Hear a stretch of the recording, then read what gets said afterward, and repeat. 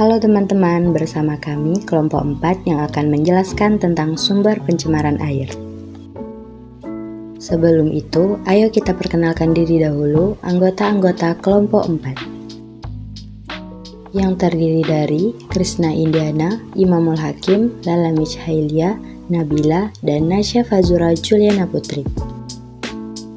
Pencemaran air dapat diartikan sebagai masuknya suatu makhluk hidup, zat cair atau zat padat, suatu energi atau komponen lain ke dalam air. Sehingga kualitas air menjadi turun sampai ke tingkat tertentu yang menyebabkan air tidak berfungsi lagi sesuai dengan kegunaannya. Tercemarnya suatu air dapat terjadi secara alami atau disebabkan oleh alam maupun adanya campur tangan manusia, akibatnya air mengalami penurunan akan kualitasnya. Adanya benda-benda asing yang mengakibatkan air tersebut tidak dapat digunakan sesuai dengan peruntukannya secara normal disebut dengan pencemaran air. Karena kebutuhan makhluk hidup akan air sangat bervariasi, maka batas pencemaran untuk berbagai jenis air juga berbeda-beda. Berdasarkan sumber, pencemaran air dapat berasal dari limbah industri, limbah rumah tangga, dan limbah pertanian.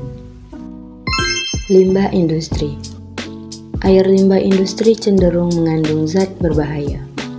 Oleh karena itu, kita harus mencegahnya agar tidak membuang air limbah industri ke saluran umum. Kegiatan industri selain menghasilkan produk utama atau bahan jadi, juga menghasilkan produk sampingan yang tidak terpakai, yaitu limbah. Jenis limbah yang berasal dari industri dapat berupa limbah organik yang bau. Jika limbah industri tersebut dibuang ke saluran air atau sungai, akan menimbulkan pencemaran air dan merusak atau memusnahkan organisme di dalam ekosistem tersebut. Limbah industri yang berupa logam berat sering dialirkan ke sungai, sehingga sungai menjadi tercemar.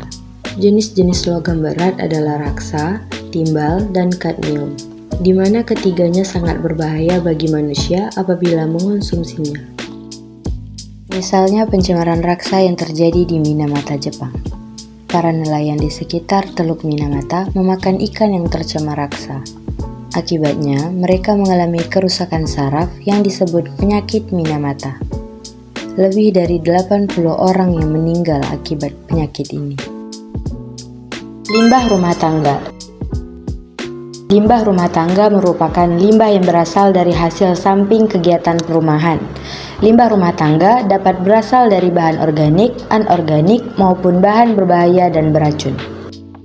Limbah organik adalah limbah seperti kulit buah sayuran, sisa makanan, kertas, kayu, daun, dan berbagai bahan yang dapat diuraikan oleh mikroorganisme.